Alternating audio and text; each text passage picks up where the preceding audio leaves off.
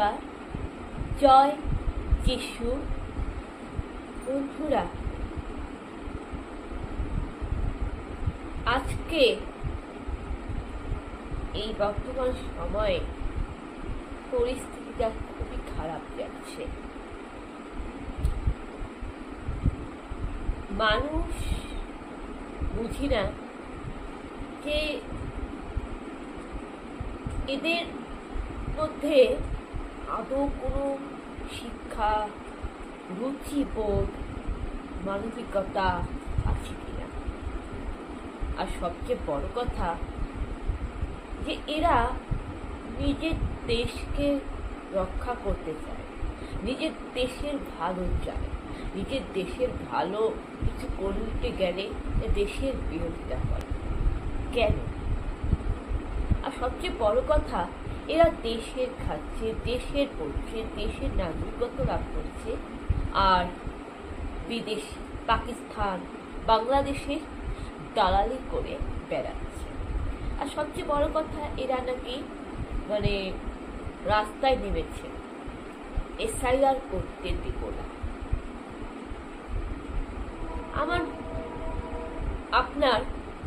আমাদের সবার আপনার বোধহয় ডাউট লাগে যে এরা আদৌ ভারতের মানুষ কিনা।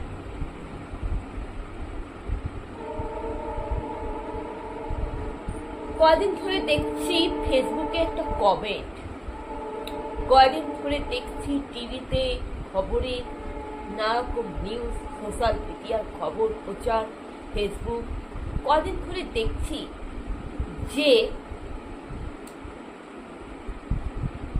কিছু বিরোধী দলের নেতা, বিজেপি সরকারের যারা বিরোধিতা করে, ভারত সরকারের যারা বিরোধিতা করে, সে কংগ্রেস হোক, সিপিএম হোক, সে যেই হোক না কেন, রাস্তায় প্ল্যাকার্ড হাতে নিয়ে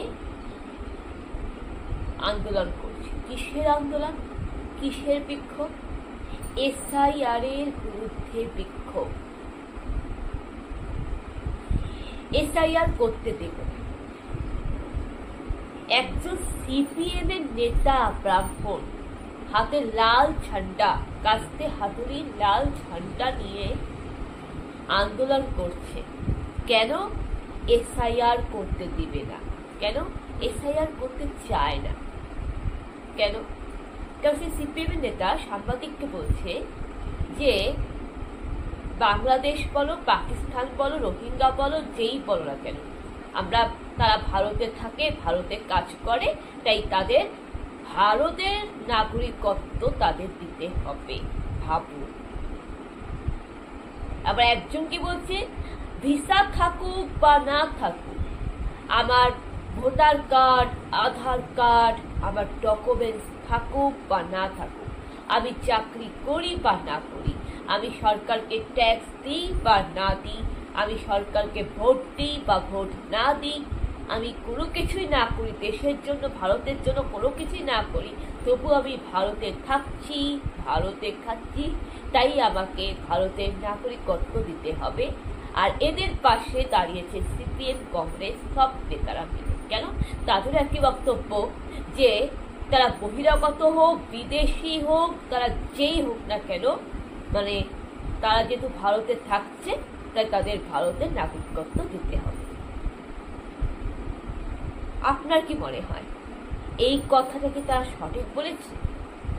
আপনার মনে হয় না যে তারা সব একটা ঘাস খায়ে পড়াশোনা করা লোক? আপনার মনে হয় না যে তারা সব বর্ধমা, তাদের মাথাটা একেবারে গোবরে পড়া? মনে হয় না যে তারা একটা পাগল, ফালতু একটা লোক? মনে হয় কিনা? আমারও সেটাই মনে হচ্ছে। মানেটা কি? এটাই কোনো একটা অতি অনাথাশ্রম পাইছে? ভারতবর্ষটাকে কোনো অনাথাশ্রম পাইছে? মানেটা কি? আপনার বাড়িতে যদি কোনো চোর ডাকাত আসে, আপনি কি বলবেন?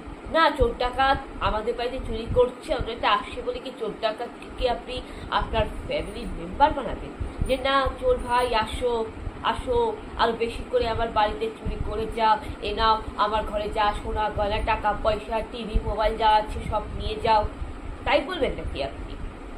আপনি কি আপনার চোর ভাইকে ডাকাতকে বলে, ডাকাত ভাই আসো আমার বাড়িতে থাকো, তারপরে কয়েকদিন পরে আপনি বলবেন না চোর ডাকাত তো আমাদের বাড়ির পরিবারের অংশ বলে আপনি আপনার সম্পত্তি চোর ডাকাতের নামে লিখে দেবেন? এটা হতে পারে? আপনার বাড়িতে, আমাদের বাড়িতে যদি কোনো আত্মীয় স্বজন আসে, 7 দিনের বেশি থাকলেই আমরা রেগে যাই, ইস যাচ্ছে না, কবে যে যাবে, যাওয়ার আর নাম নেয় না। মনে মনে ভাবেন কিনা? যেখানে কোনো আত্মীয় স্বজন যদি আসে যে আজকে না আমি তোমাদের বাড়িতে আসছি 2 দিনের জন্য থাকবো, তখন আমাদের চিন্তা হয় না ইস 2 দিন মনে আসবে, আবার একটা ঝামেলা। ভাবুন, যেখানে আত্মীয় স্বজন 7 দিন আসলে আপনি, আমরা সবাই একটু বিরক্ত হই, একটু সংকোচ বোধ করি, বা কারোর বাসায় আমরা গেলে আমরা 2 দিনের বেশি থাকতে চাই না। আমরা কি বলি, না না না না না আমাকে আর অনেকদিন হয়ে গেল যেতে হবে, না আমার এখন থাকা যাবে না। কেউ যদি বলে যে আরো 7 দিন থেকে যাও, কোনো আত্মীয় স্বজন যদি বলে যে আরো 7 দিন থেকে যাও, আমরা কি বলি, না না বাবা 2 দিনের বেশি থাকতে পারবো না, না না ওর অফিস আছে, আমার বরের অফিস আছে, আমার ছেলের স্কুল আছে বলে আমরা কেটে পড়ি। তো অথবা আমাদের বাড়িতে যদি কোনো আত্মীয় স্বজন আসে, আমরা কি বলি যে না আমাদের কালকে ডাক্তার দেখাতে হবে, না আমাদের কালকে যেতে হবে। তো যেখানে আমরা নিজেদের লোকের বাড়িতেই থাকতে চাই না 2 দিনের বেশি, যেখানে আমরা আমাদের বাড়িতে কোনো আত্মীয় আসলে আমরা একটু সংকোচ বোধ করি, ভাবি কবে যাবে, কতদিন থাকবে, এই হিসাবটা আমরা করি।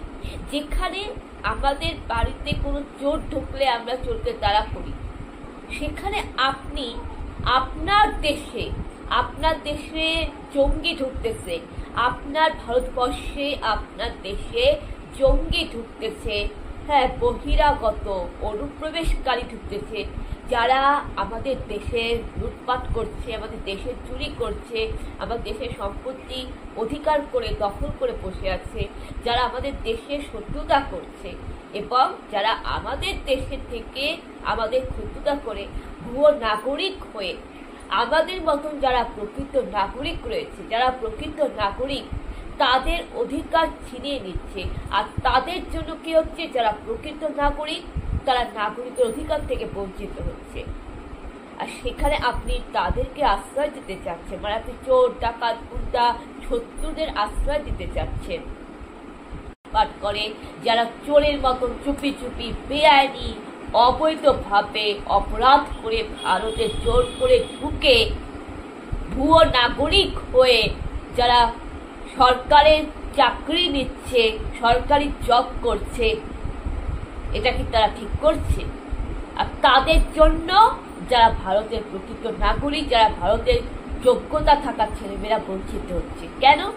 কারণ তাদের চাকরি তো বহিরাগত বাংলাদেশি অনুপ্রবেশকারীরা নিয়ে নিয়েছে। কি করে?